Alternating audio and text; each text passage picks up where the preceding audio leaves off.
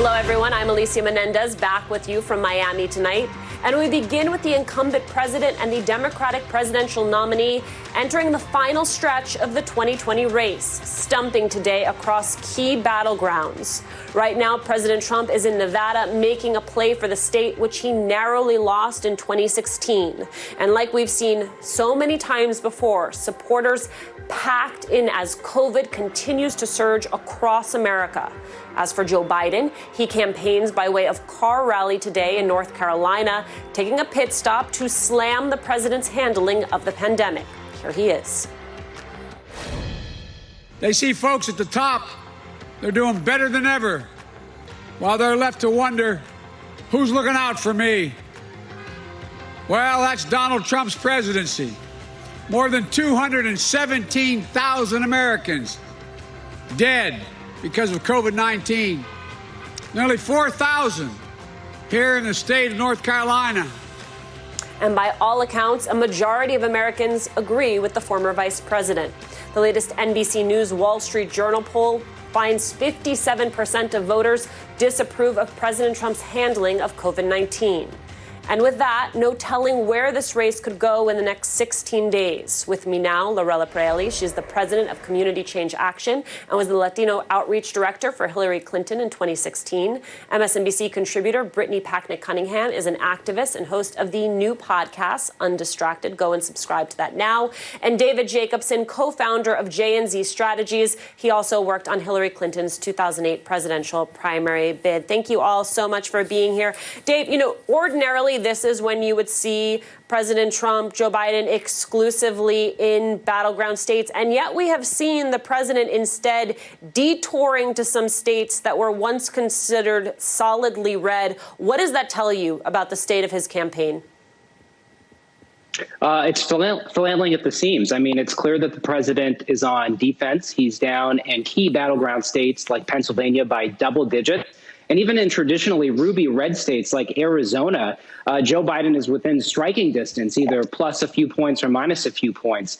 And down ballot, you've got competitive races in the U.S. Senate and races like South Carolina, where Joe Biden isn't clearly leading, but he's also within striking distance. Again, in states like Georgia, historically have always gone red. So it's clear that Donald Trump's campaign is desperate. He's struggling to raise the resources to be competitive with Joe Biden on television. And I think that really underscores the fact that this is a campaign in a downward tailspin. Right. And I want to loop back to the question about television spending because it is so critical at this point in the race. But before I do, Brittany, part of that desperation is manifesting in the attacks that we're hearing from President Trump, right? The things that we're hearing about Governor Whitmer, the things that we're hearing some of his surrogates say about Senator Harris. What does that tell you about the thinking inside the Trump campaign? Well, I agree. It shows an absolute level of desperation, but we have to be very clear that that desperation can be dangerous, that the only result here is not just an electoral one, but we are talking about people's lives. Yes, we are talking about people's lives who are put in danger when he opens up the doors to a massive hall or arena, asking people to come in, often unmasked, for his rallies. But we've also continued to see a sitting senator and a sitting governor, both women, continue to be put in danger by the things that are being put out by this campaign. We've seen Trump's war room today try to tweet that during an interview, Governor Whitmer sent a secret signal to have the president assassinated. It couldn't obviously be further from the truth.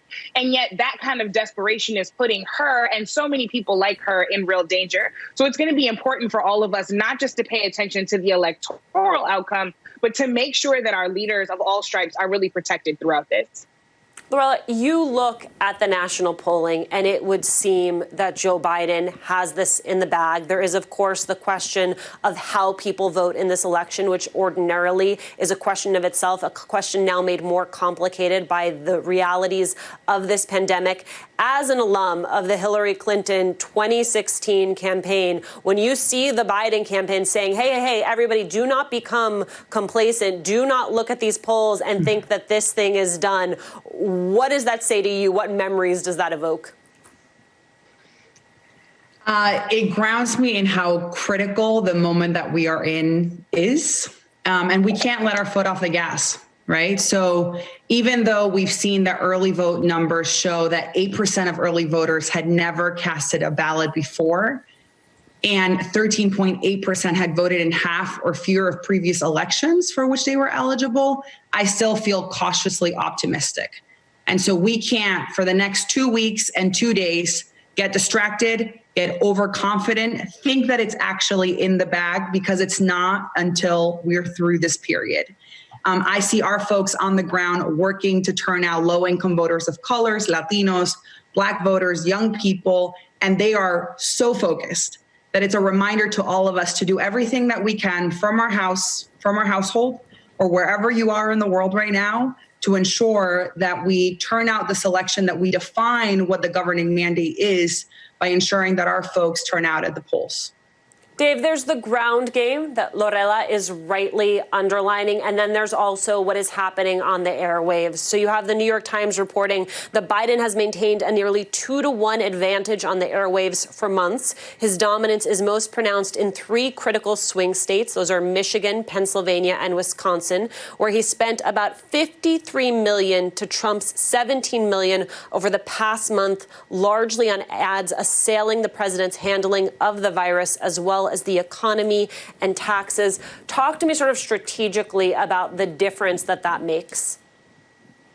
Well, it's not just the in-state buys. Like, Joe Biden's actually buying national cable. That's something that you historically haven't seen in presidential contests, because, like, why would a Democrat advertise to someone in California, for example? But he's doing it both to talk in terms of persuading and getting his message across to key swing state voters with a compelling message to get those persuadable voters, at least those that are left. But also it's a fundraising tactic, right? Like, if he's advertising to people in historically blue states, they're just getting that drumbeat reminder of Joe Biden on television, the sense of urgency of why it's so critical to support him. And so I think that's a fascinating dynamic that you're seeing. And then also, he's also doing advertising in states like Arizona, which have really driven up the costs. I mean, in Maricopa County, which is where Senator Sinema essentially won her Senate race, your advertising in there looks like the Los Angeles media market. It's almost $900 a point.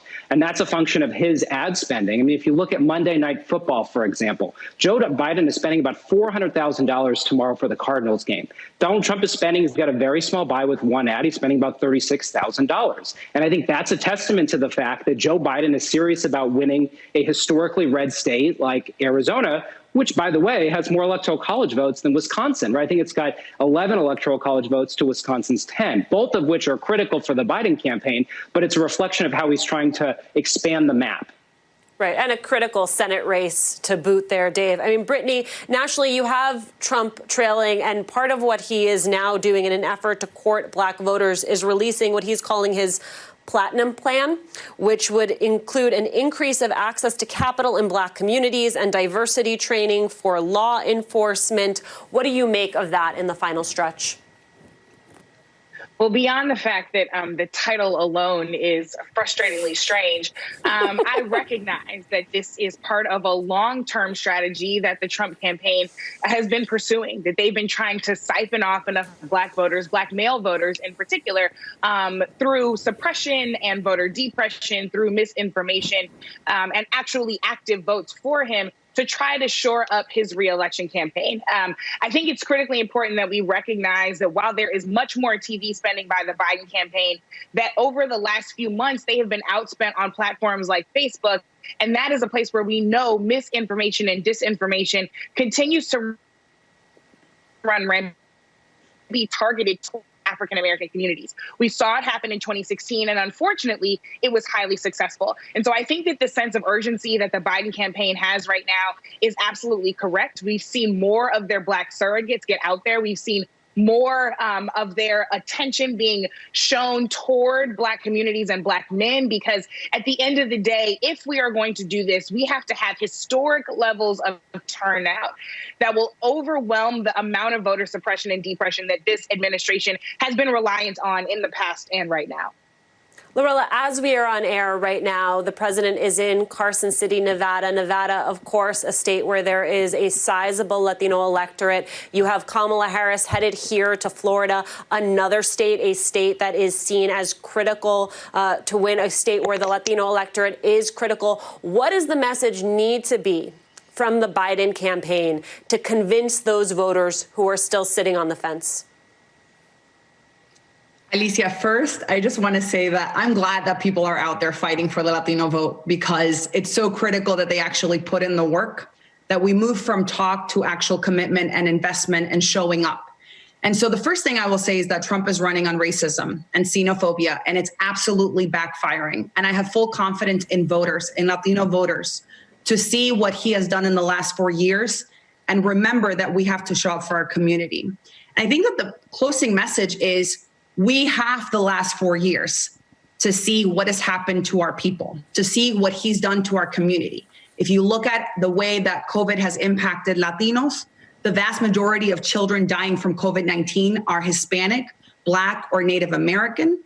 I read that it is noted as a historic decimation of the Latino community across the southern part of the United States. And so that's what we get with 4 more years of Trump. We get that. So we have a choice in this moment to show up and fight for our people. And Biden and Harris have an opportunity to drive a closing argument that centers the economy, immigration, healthcare, education, and ultimately it answers the question about who are we as a country? Who are we fighting for? Can we live in a multiracial America where everyone can thrive?